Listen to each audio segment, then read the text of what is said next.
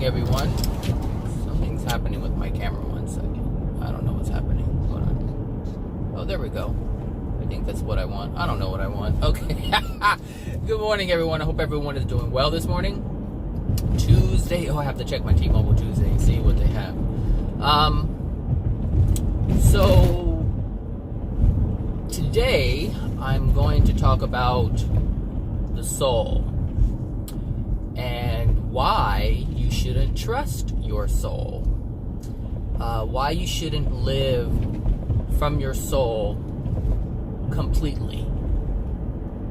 I hear, and I'm sure some of you have probably heard people say, let your intuition guide you. Listen to your soul. Listen to your heart. All of these different things people say. And it's true, we must listen to it. But this is where the mind comes in. This is where the intellect comes in handy. Because firstly, we have to understand that our soul is compromised. Our soul is degraded. Our soul has a great deal of emotional injuries within it. And those emotional injuries cause us to make decisions that are out of harmony with love because the pain is out of harmony with love. So if we live by our soul solely, we will continue to make mistakes. And so the goal is to not make mistakes. The goal is to live in love.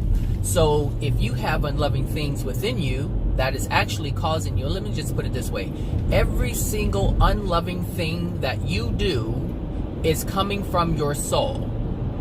Even if it's within your soul and you have spirit attachments and you don't want to do it and they influence you to do it, it's based on the emotional injury that's within your soul. So I was having this conversation yesterday with this young man, and that's funny I say young man, like well, I mean, he was like in his 20s. Obviously, I'm in my 40s. So, I was talking to him and explaining some of these things to him. And I was explaining emotional injuries and how they're passed on from one, I think I'm taking the 5. How it's passed on from one soul to another. So he has the emotional injuries of his parents, his grandparents, his great-grandparents, his great-great-great-great-greats, great-great-great-great-great-great-great-greats, all the way back. He has emotional injuries that have remained within the soul that entire time. So whatever emotional injury that they have experienced and did not release is with him in this moment. Same thing with me. Same thing with you. Same thing with everybody else. Everything that we do not release is transferred to the next generation, which is why you see that every generation becoming darker and darker and darker and darker. And what I mean by that is they have more pain, more pain, and the ability to mentally deal with that pain is coming to an end. It is coming to a halt. And what people are doing now are engaging in more addictions, which is why you have this is the reason why marijuana is legalized. I mean, you may not know it on a spiritual level. You just see it as something that, oh yeah, it's something we want. It's something that, let's just put it this way. In order for something to be accepted, benefits have to be produced to the public. Because at one time, marijuana was considered to be a drug, a harmful drug. It altered your state of mind. It wasn't healthy for you. And all of a sudden it is. And so the reason why it is now is because people have convinced the public that it is okay now. But what has changed? Nothing has changed. It's still the same thing, and it still has its same effects. And so I was talking to this other young guy who was even younger than the other one I was talking to, and he was, 18 years old, and he smelled like weed, and it was strong. And he asked me, do you chief? And I think I've heard that word a couple of times, and I automatically assumed that it was marijuana, and so, or do I smoke? And so I don't know if that comes with what chief. I'm not even sure how that's spelled. But I'm gonna assume it comes from the Indian chief, and do you chief, or I don't know. I don't know. But anyway, he asked me, and I was like, no, I don't. And he was like, oh yeah. He goes, that's cool. And he started talking about it. And he said he's been smoking since he was 16. And he also said that he has tried to stop, and he can't stop. He said he tried to go without for 6 months, and he couldn't do it. He said because it was just like calling him. It was like he just couldn't leave it alone. It was just like calling his name, and so he gave into it, and he's been smoking ever since. And that tells me that it is addictive, and it's no different than what it was before. But the urges, the desire for him to do it when he doesn't want to do it, tells me, and if he knew about it, would tell him that he's being influenced by spirits. Like there are spirits who want him to smoke weed, because when you are under the influence of something, you have no control over what you do in that moment. I'm not going to say you don't have total control, but you are easily influenced. So the thoughts and the desires that come through are not always yours, and you're more susceptible to being controlled or influenced by spirits. And the thing is, as I was speaking to the other guy, I was telling him how you can tell whether or not you're being influenced by a spirit. And generally you can't tell until afterwards. It's very difficult to tell in the moment. You have to have a little practice at it, meaning you have to become aware of the times that I guess you have to become aware of the times that you have been. So you would have to have some kind of experience under your belt, acknowledging that, oh, I was influenced by spirit when I did this. So it takes experience, it takes past experience to notice when you're being influenced in the moment. Before you can get to a point where you can tell when you're being influenced before you even take the action. So you can tell when the desire is being channeled through you, and you feel as if it's your own when it's not. Now that takes a little time. It doesn't take too long. If you make it a priority to, or make yourself aware, if you have a desire to know about it, I think I'm going to have to get off this freeway. Wait, do I stay on the 5? I'm not sure. Let me see, hold on. It says 15 miles on the 5, so I guess I'll stay here.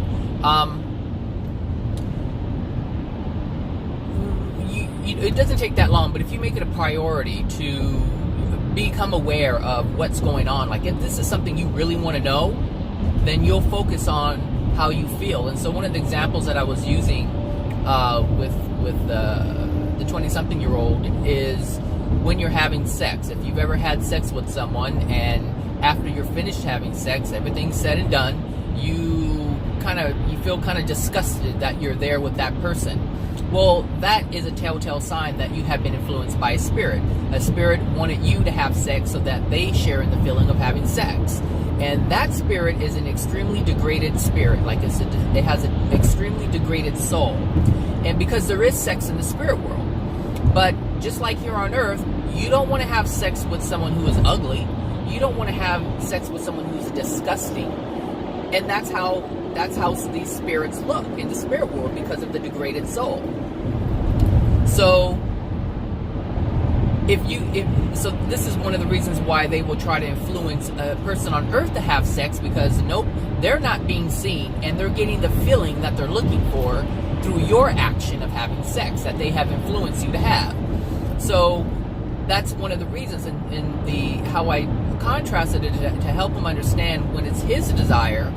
Anytime you have sex and you're finished and you want to stay there and be with the person, you want to stay there and cuddle with the person, you want to still be in their presence, that is a desire that is yours. It's a desire that is being maintained by you because it's yours. It's not a spirit who just wants you to have sex and then ditches you after they get what they get. That's how you can tell the difference. Another example that I had given, and I've given it in the past as well, because these are common ones. So for those who have anger issues, you will feel yourself getting angry, and you will feel this rage kind of bubbling up. It's coming up, and you feel it, and it's just like, I don't know, it's almost like it's just bursting out of you. And then you're trying to keep calm, but it's just coming up. and it seems like the more you try to hold it back, the more it wants to come up, and then you just blow up, and then you're arguing, and you're back and forth, you know, yelling or whatever, or fist fighting, whatever the outcome is for that anger or that rage. Once you get to a point where you decide you should stop, or you recognize what you're doing but you can't stop, you at that point have no control over your body. And the reason why that is because you have spirits who are channeling and funneling all of that anger to you through you. So they are feeling whatever experience you are having in the moment, they are partaking in this. And so you could feel as much as 20, 30, 40, 50 spirits at one time who are attached to you. And this is why the anger is so strong. And this is why you can't stop it. And some of you have even gone to therapists or some kind of therapy, and you said it to your psychologist or psychiatrist or your therapist, saying, you know, when I get in a rage, I just can't stop, like something comes over me. Oh, you're right when you say that. Most people just don't know what comes over you. But what's happening is the spirits have come over you. They have influenced you. They are channeling their anger, their rage. And the same thing happens with women. If women have a lot of women spirits who are attached to them who hate men just as much as the person on the earth hate men. And so if you have a dislike for men, a distaste for men, and you have 20, 30, 40, 50 women spirits who are attached to you who also don't like men, trust me, you're going to feel their anger as well. And they will cause you to do things that you will later regret. And sometimes in the moment, you're like, I shouldn't have done that. But your pride won't let you accept that completely. And if you're still influenced by these women, which most likely you are, it's going to be hard to break free from that. So this is one of the reasons why you shouldn't trust your soul, because you have a lot of injuries, you have a lot of baggage, if you will, within it. And those, if you were to operate from your soul 24/7, you would harm a lot of people. But understand, the times that you second guess yourself, like you catch yourself, that is your mind telling you, hey, that's not right. Because the first response is the soul response. It's the original response coming from you. And you use your mind, you say, hey, that's not right, or hey, I'm going to go to jail, or hey, I shouldn't do that, or hey, I'm going to get in trouble, or whatever. These are things that we say with our mind. We use our mind to catch ourselves. And so this is proof that you should not live by your soul 100%. Now, you should acknowledge your soul. You should acknowledge the things that you're feeling in the moment. So if you do have anger, if you do have rage, if you do have all these different things that are coming out of you, then understand or accept, accept that you're experiencing it, but acknowledge where it's coming from. And acknowledge that you do have this within your soul, and this is something that you must purge. This is something that you must release. So if you have these emotional injuries that are within you and these feelings are coming up, acknowledge that they're there and kind of think about it. Ask yourself, why am I getting angry? Because the situation, the experience that you're in at the moment, whatever it is that's causing these feelings to come up, that experience is being presented to you on purpose. This is karma. But karma is a tool. It's not a you're gonna get it. Karma's gonna get. It's not a punishment. It's a corrective measure that the universe is enforcing, and it has at its disposal to correct you. So if you are presented with a situation where you're arguing with your spouse, and whatever is taking place, understand the rage that's coming out of you, and understand the anger. Understand what's making you angry. The anger is a flag. It's like the flag that says, hey, something's happening here. Pay attention to the situation. So if you're arguing, say you want to go out with your friends. Say this is an argument, and you want to go out with your friends, and the wife or the girlfriend or whatever says, hey, you're always going out. I want you to stay here with me. Well, understand what she's feeling. She's feeling something. This is a flag for her as well, because if she's feeling like she's not getting enough attention, if she's feeling like she's not getting enough love, if she feels that you're ignoring her, if she feels neglected, understand that she is having this experience, but her experience is different than your experience, and I'm talking from the male perspective. So if she's feeling neglected, if she's feeling not loved, and she wants you to stay, but you want to go because you're feeling trapped or you're feeling a lack of freedom, understand these are two completely different experiences. Both you're supposed to experience, so that the flag comes up and you say, hey, why am I feeling this way? And then what you do is you ask yourself, why do I feel neglected? Why do I feel that I need him around all the time? And then he has to ask himself, why do I feel trapped? Why do I feel like I need to leave? Why do I feel like I can't do anything? Why do I feel like I can't breathe? These are things that you are going to have to look at as a male and go back to your childhood. And what she's feeling, she's going to have to look at and go back to her childhood. And see, this is the thing, and this is how, these are cooperative components. These are cooperative components interacting with one another to show her what she needs to see and to show him what he needs to see. But we have to use the mind to understand that this is what needs to be done. This is where the mind comes in. The mind is very intellectual. It can figure things out. And this is how we're supposed to use our mind, to figure out what is going on with us. Why is this happening? So that you can direct yourself into an area of your life that needs to be observed and felt. Because after you observe it, after you acknowledge it with the mind, you have to acknowledge it with the soul. You have to accept it. You have to feel it with your soul. So if you have pain, if for him, for the guy, if he felt like he really never had freedom growing up and people prevented him from doing things, he's going to always have this. And it doesn't matter who he's with. It could be this woman, it could be the next woman, it could be 10 women down the line. It could be a stranger. It could be a boss. All of these things will be presented to him because of the emotional injury that he has from when he was a child.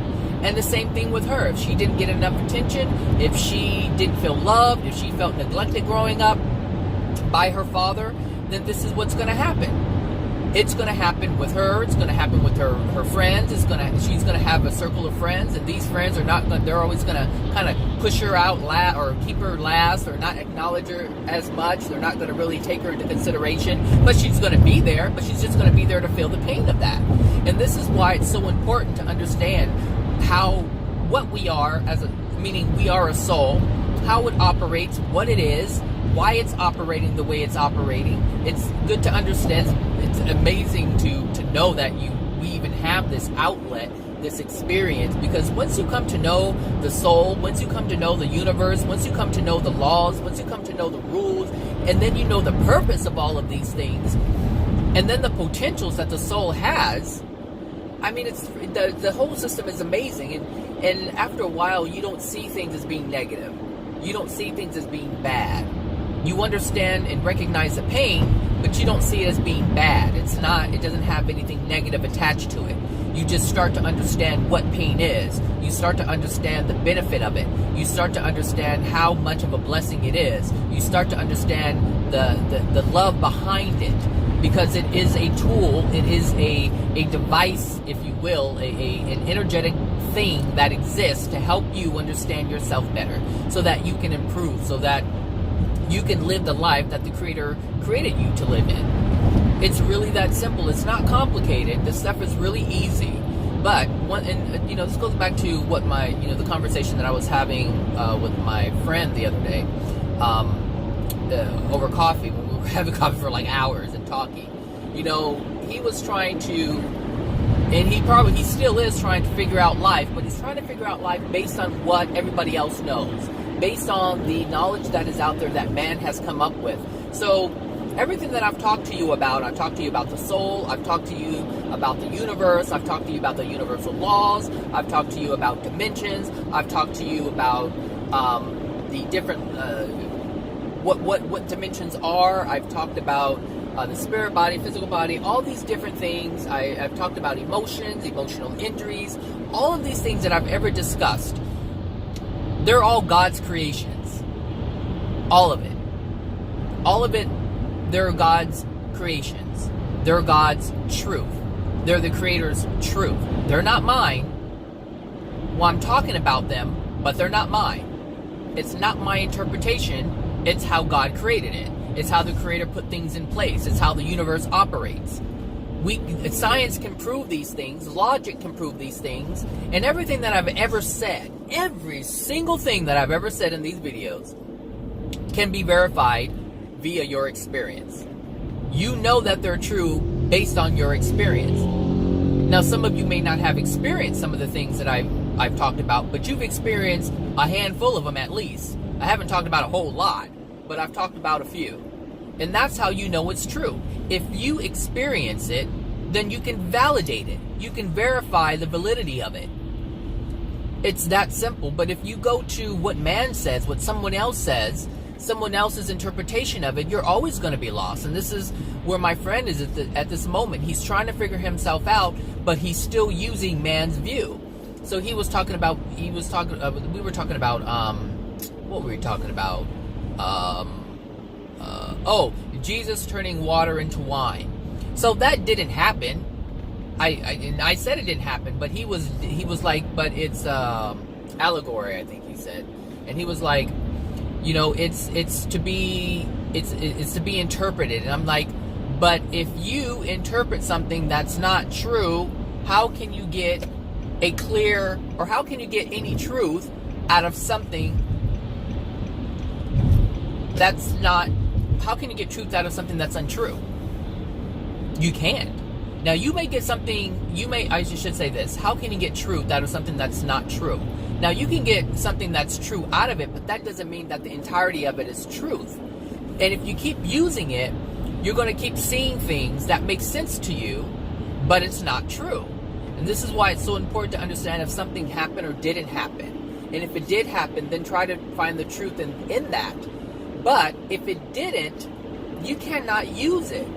Because you're going to interpret it in a way, somewhere down the line, you're going to interpret something that's not true, and it's going to come from that untruth. And this is why it's important to understand what truth is. If you hold truth and keep it in its entire form, it will always remain true. Always.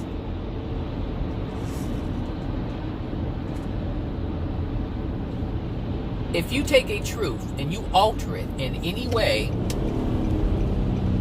it's no longer true. Or I should say, it's no longer truth. There may be components in it that is true, but it's not truth.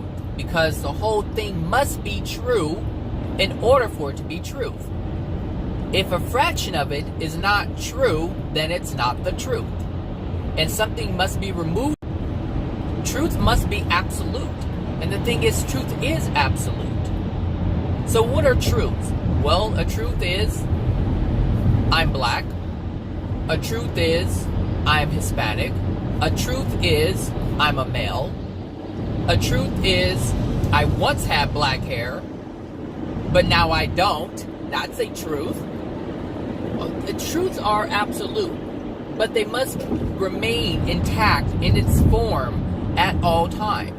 You cannot change its tense. If it used to be true, it can't be true anymore if it isn't. So for instance, like my hair used to be black. I cannot say it is black. I can say it was once black, that is a truth. But to say that, oh yeah, my hair's still black, no. Even though it has black in it, there's a lot of other colors going on. Like there's some silver in there. So I can't say, saying that it's black is true, but saying that it's black is not the truth, because there's something else in there. And I have to acknowledge that in order for it to be true. So is it true that I have black hair? Yes. Is it true that I have silver hair? Yes. Is it true that my hair is mixed? That's the truth. The truth is it is mixed. And this is the same thing with emotional injuries. Is it true that that I was perpetrated as a child? Yes. That's a truth. Is it true that I'm being perpetrated now? No, that's not a truth. Is it true that I have pain in my soul? Yes, that's a truth. Is it true that I've overcome all of it? No, that's not true. Is it true that I have overcome some of it? Yes, that is the truth. And this is the thing, we have to be very careful as to how we define our life experience. I knew you were gonna try it.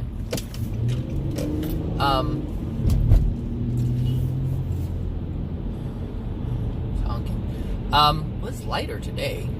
Well, lighter on the street was what I mean. It is definitely lighter. out here outside. But anyway, so we have to acknowledge what's within our soul. Is it true that every single soul on the planet is degraded? Yes. Is it true that every single soul has pain within it? Yes. Is it true that we base our decisions based on that pain? Yes. Is it true that our soul has love within it? Yes. Is it true that our soul is all love? No. That's not a truth.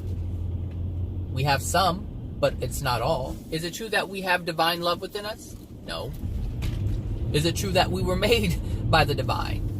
Yes. See, these are the things that, we have to look at individually, and we have to be honest with ourselves. And the mind has to acknowledge what's within the soul. And it's difficult to do this because we don't want to feel the pain. And the only people who really truly want to feel the pain are the ones who want to overcome it so that they can escape it. Well, I don't want to say the only ones, because that's actually not a true statement. There are some individuals who use pain to get sympathy. They want to stay in that sad place so people acknowledge them. It's a way for them to get attention. This is true. Is it unloving? Yes. That's an unloving thing to do for themselves and others. Because anytime you put yourself through pain for no reason, that is unloving. If you allow yourself to feel your pain so that you can release your pain, that's loving. Because you're doing something that is benefiting your soul, that's increasing your soul in love by releasing the things that are dark within it. But if you just live in your pain, you are putting undue stress, undue pressure onto yourself for no reason. It's not going anywhere. It's just swirling within you. You're just feeling it for no reason at all, other than the fact just to punish yourself or to punish others. And sometimes we live in pain on purpose to punish others who have hurt us. And this is also an unloving thing. And this is why I say, don't just follow your soul. Don't just follow your intuition. Understand that what many call intuition are oftentimes influences from spirits. You're like, oh, something told me. You're not quite sure what told you. You felt it. You had some kind of premonition or some kind of what you call intuition, but you don't know where it came from. You have to be aware of this first. I know, not all the time, but for the most part, I know when I'm being influenced by a spirit, because I know what I want for myself. This is the thing. If you know what you want from yourself, then you know when a feeling comes up to do something opposite of what you truly desire for yourself, you're having some help there. And this is something that you must recognize. You have to recognize it so that you don't act upon it. This is using your willpower to control your life, to have control over what you do. At some point, you won't have to use the mind like that. You will be able to live solely from your soul. But you have to get to a place where you have a great deal of love within your soul. In order to trust your soul, right now you have to check your soul. I have to check my soul. We all have to check our soul. We have to check it because there's a lot of unloving things within it. And until we get to a point where we can recognize and we can feel it, and I know some of you don't know what I'm talking about, but some of you do. But if you don't worry about it. Just try to become aware of some of the things that I've mentioned. Just try to become aware of how you feel. Try to become aware of your urges and match those with your desires. And then look at what you're doing. Look at the truth of what you're doing. Look at the truth of the consequences of what you're doing. Because if you're doing something to harm your body, but it's a desire of yours, use your mind to ask yourself, why am I doing this to harm myself? Again, anything that is unloving must be questioned by the mind. Must be questioned by the mind. And this is where we can use our intellect. This is where it comes in. Sometimes, we have to use our intellect more than our soul because the soul is so degraded. It's so degraded. We were having what was it? A discussion regarding a client, and there were some. It had come out that this client was extremely smart, and did some amazing scientific work in the sciences, and now was a client and has some mental issues, and a lot of things were happening, and when I was listening to what was going on, I was listening to the history, and I automatically knew that there was a great deal of pain within that person, and the person didn't want to deal with the family, and because there was a lot of pain regarding that, and this person was left out of a lot of things. And so, it's like when you look at stuff like that, in order for him to, like, he has a lot of pain within his soul, and that pain is causing him to, he's wanting to run away from the pain. So it's causing him to isolate. It's causing him to not want to trust people. It causes depression. It causes psychosis. It causes all of these different things. And all of this is from pain. All of this is from pain. And this is the interesting thing, because pain manifests in different ways. And you go to a psychologist, psychiatrist, therapist, or whatever, and they'll use all these different words and diagnoses, but they skip over the true birth of all of these problems, which is the pain. When you have been betrayed by those who you thought loved you, it does something to you. It creates a great deal of pain within your soul. When you feel that you're being pushed out from a group, which is, I'm calling family at this point, when you're pushed out and you don't feel any love from that person or from the people, who, it hurts, and it creates a lot of pain, and you begin to shut down, because you understand that feeling is something that's awful. You don't want to become engaged with people because they hurt you, because when you engage with people, you experience pain, and this is why people isolate. This is why people isolate, because dealing with people causes pain. But understand, this is all because of what's within the soul. It's all because of what's within the soul. What's within the soul causes you to have the experiences that you have over and over and over and over and over again, even till after you die. You keep having experiences based on the pain that's within your soul. This is why I say it's so important to release these things. Someone had asked, why does it keep happening? Another person that I know said that, certain things are happening in their life, and they had asked, why does it keep happening? Why do I keep, because this person has removed themselves from their family, no longer associates with them anymore, but yet the friends that they're meeting, and they move to a completely different state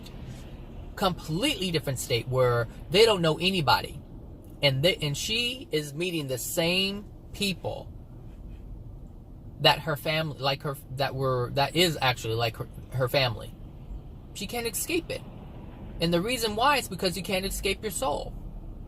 So this is why it's so important to release the things that are within it, so you stop experiencing those things. You're not gonna fix it running to a different state. You're not.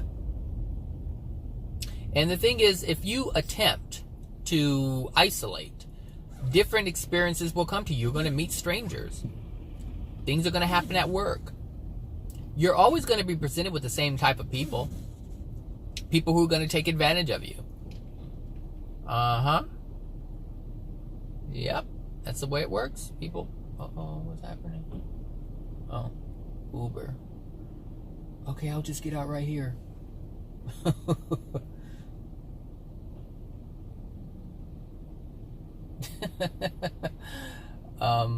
What is it, Uber or Lyft? I don't know which one it is.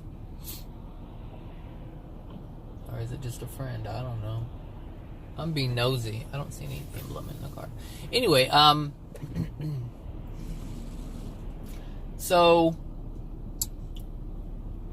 what was I saying? What was I saying? What was I saying? You can't run away from it. You can't run away from it. It's because you can't run away from your soul, because you are your soul. It's like having a permanent backpack on your back of emotions. That's what it's like. Carrying around this thing that has been tied to you and you can't let it go. Like a kangaroo pouch. Oh my gosh, stop it, Zachary. Like a kangaroo pouch. It's with you and it's holding all that stuff.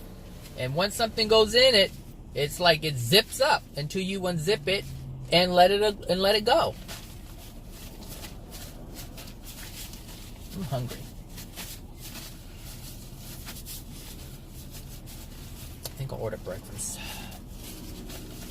because I have cash on me. It's rare. The benefits of people paying rent in cash. Anyway, so yeah, be careful in terms of trusting your soul. Trust what's in it. Trust what's in it. Accept everything that's in it, but don't always make decisions from it. Just because you feel a certain way doesn't mean you should make the decision. Because, people say, oh, well, I was being guided by my intuition. Honestly, most people don't know what that is. They don't know if it's their desire or spirit's desire. This is why it's important to intellectually understand what truth is. That's what I had to do first. I learned intellectually. I didn't do it by choice. It just kind of happened that way. It had to happen that way because I wasn't in touch with my emotions. I wasn't in touch with my feelings. And that's something that I realized later on that I was completely avoiding. I understood that I was living my life in all of my soul condition. And it's degraded. And so what I had to do is I had to learn how things were working. I had to understand why things were happening in my life, why I was making the choices that I was making. I had to understand all of that before I can start to make different choices, before I can start feeling different about the things that I was doing. Because you have to understand what you have done in the past. You have to look at your past. All this stuff about look forward. No. Look at your past. Understand what's within your past so that you can fix it.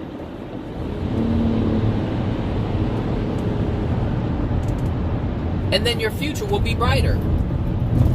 You won't have to just focus on your future. You won't have to just do that, because when you do that, you ignore your past, not understanding that your past is dictating your present, which is going to dictate your future. This is the problem with people saying, don't dwell on the past. Just look to the future. People who do not know how the soul operates, how the universe operates, conjure up this nonsense. And then people pay them $100 an hour for them to tell them this nonsense. Just focus on your past, just focus on your future. Forget the past, it's in the past. What's done is done, you can't change it. It's true, what's done is done and you can't change it. But you better acknowledge it if it's in your soul. If it created pain within your soul and you have not released it, you better. If you want a brighter future, you better. Because you can do everything in your power you can clean up yourself, you can dress the dress and walk the walk and get into the groove of what man has created. You can do all of that stuff if you want to. Sure, you can get paid more money. You can do things to make more money.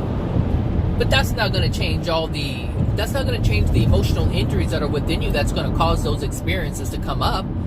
You're just going to have effed up experiences with more money, in a better suit, in a better dress, in name brand clothes, long heels and red bottoms. You're just going to have more trouble. And, I've used the example before with Cardi B and Nicki Minaj. Look at Cardi B is a prime example. Most people don't know Nicki Minaj's history before she was famous, but She came from a rough. She's rough. That girl is rough. But look at Cardi B, where she came from. She's rough too. She came from stripping, trying to make money like that, and now she's wearing designer clothes, long heels and red bottoms. But she's fighting. She's arguing. She has stress. I mean, she has money. She has a baby. She has a husband. And listen, all of her experiences, even despite her having all of those things that most people think will make their lives better, she's still arguing. She's still unhappy. She's still sad. She still has anger. She still has rage. And pretty soon she's going to have some diseases because she's allowing herself to be triggered left and right. Left and right. She's allowing other people to dictate her emotional state. And emotions causes disease. Emotions cause disease. Emotions cause illness, sickness, disease, lack of abundance, lack of everything. Emotions, negative, painful emotions cause havoc. It causes chaos.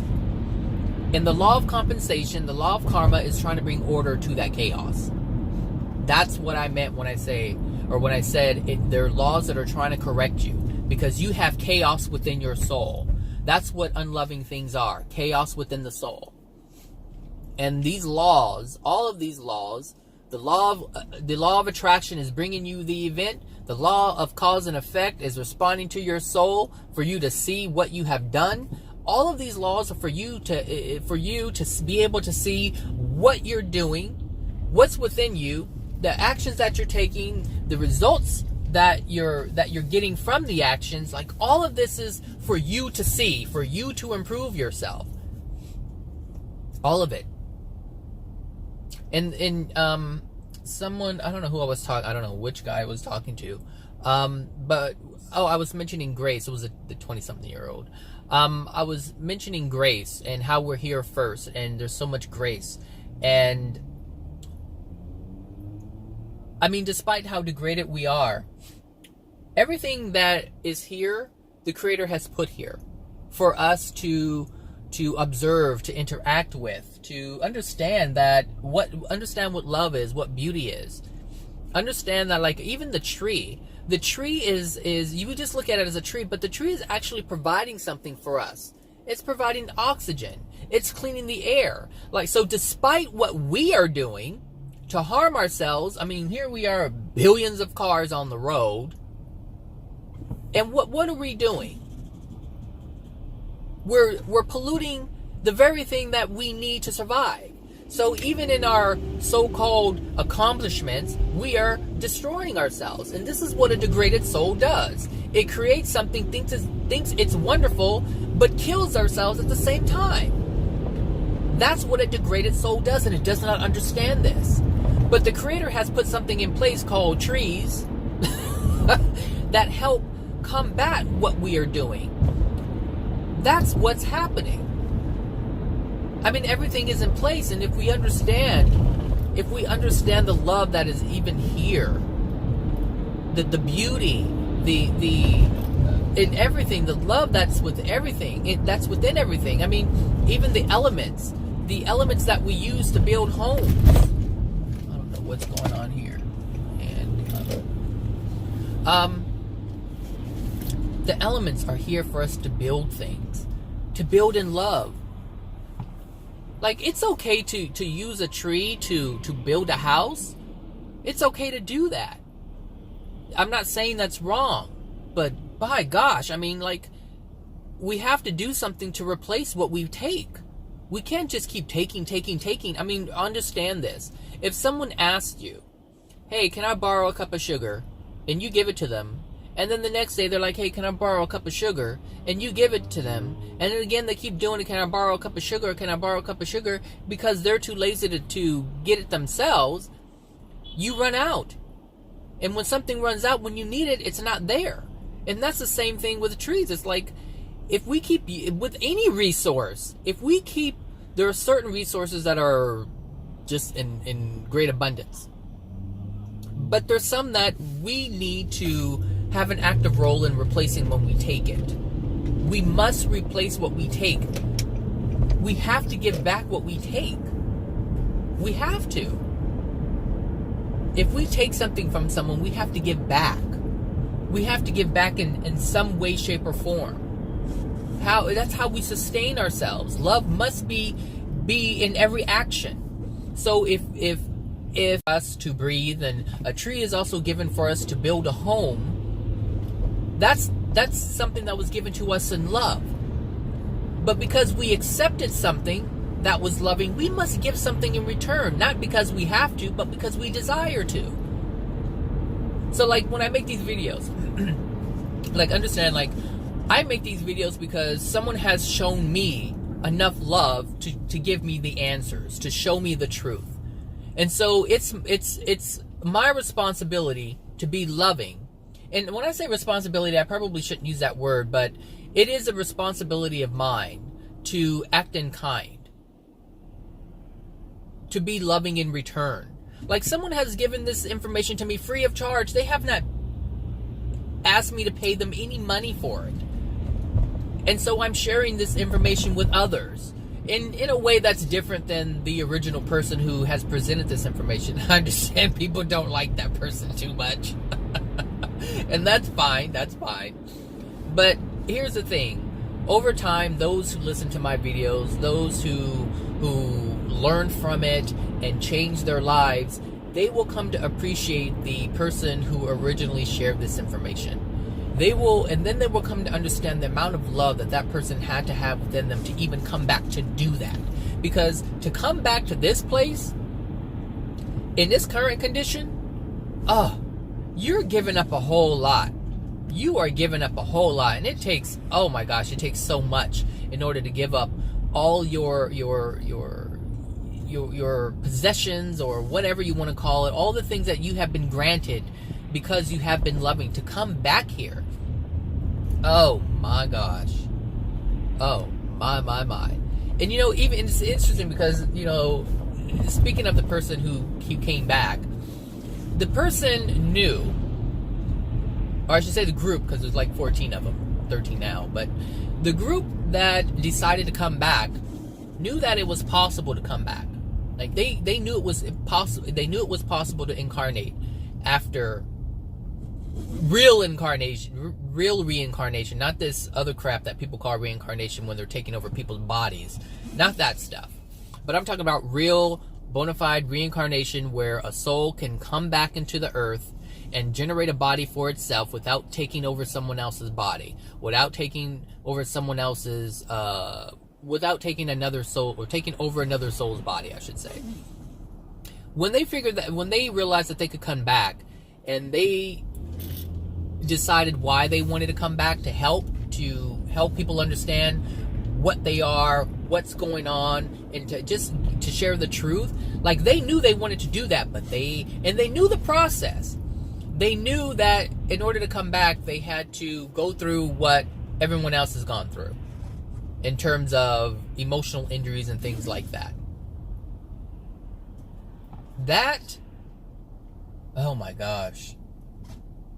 Oh, well, what I was going to say is, what they did not know is how difficult it would be, because no one has ever done it before. No one has ever done it before. I know people call things past lives, but that's not what it is. It's like me, here.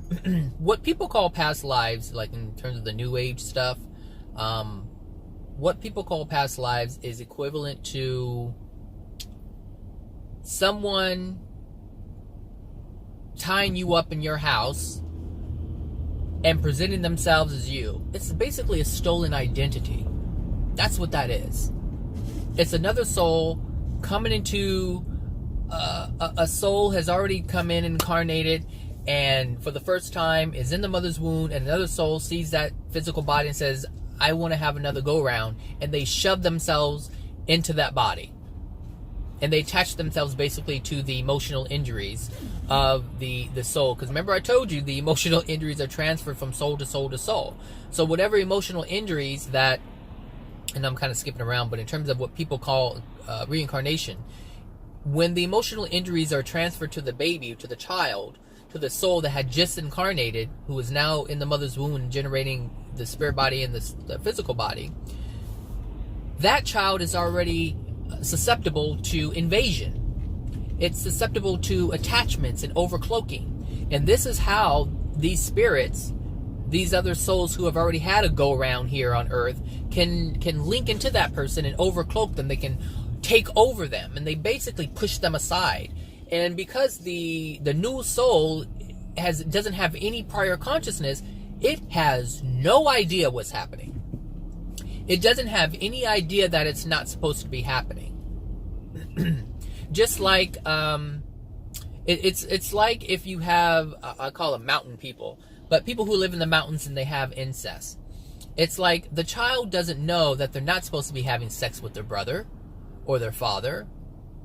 They don't know that's not supposed to be happening. But if they grow up with things happening like that, because there's no external or previous knowledge for them to decide or determine that what's being done is wrong, they won't know. And they will continue to do it. They will continue to do it thinking that it's okay. And the thing is, they will go along with it because they don't know any better. And so a soul that just incarnates, they don't know any better. They have no previous life experience for them to know that what's happening is wrong. And so they're just there because they don't have any prior experiences. Meanwhile, this degraded soul who cannot even see, I'm going to say in defense of these degraded souls, because they're so dark, they cannot see the soul of the one that has the original body to the fetus, or has the fetus as the original body. What's going on here?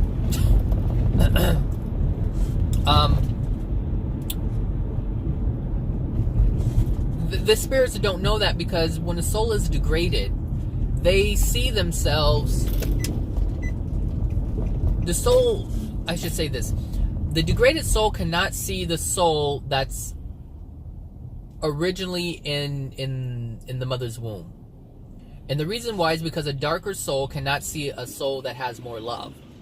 It's too bright. It's vibrating at a different vibration. You hear frequency of love, you hear vibrational, you hear frequency, you hear all these different terms, but it literally has more love in it. So the degraded soul cannot see it. Because all souls, I've said this before, all souls are created in the sixth dimension, or I should say in the sixth dimensional state, meaning they have the same amount of love that Adam and Eve did when they were created. So even though they have the emotional injuries transferred, they have yet to darken their soul even further. So there's still more brightness. I should say this. The emotional injuries are within the soul, but they haven't taken the actions to darken their soul. So the potentials, I should say that. The potentials are there. The potentials are there. And the emotional injuries are going to call experiences to them that's going to cause the child to respond. Or it's going to cause the child to respond. It's also going to cause the child to receive emotional pain. So with the child, I guess just really quick, with the child, when a child experiences pain and it's not allowed to release the pain, it's stored within the soul. The child is not penalized for hitting another child. The child isn't penalized for doing something wrong. There's a certain point when a child becomes aware of its actions, and it is only at that point that the child is responsible for their actions. Children are not responsible for their actions until they reach a certain age. But generally it's when they become aware of what they're doing. When they know, hey, I shouldn't be doing this, but I'm going to do it anyway. This is when they start becoming responsible. But in terms of pain, the pain is locked in there right away. So if you harm your child, if you spank your child, if you yell at your child, if you do anything that's unloving to your child, and you don't allow that child to express its pain as you're harming the child, as you're inflicting emotional pain upon that child, or physical pain that's causing emotional pain, if you don't allow this pain to be released, then what's going to happen is it's going to be trapped in the soul. And that's going to cause your child's soul to become darker. This is how it works. this is how it works. So anyway, that's what I wanted to talk about today. If you guys have any questions about anything, let me know. You guys can put in the comments if you want. And that's it. So I hope you guys have a great Tuesday, and I will talk to you guys later. All right, bye now.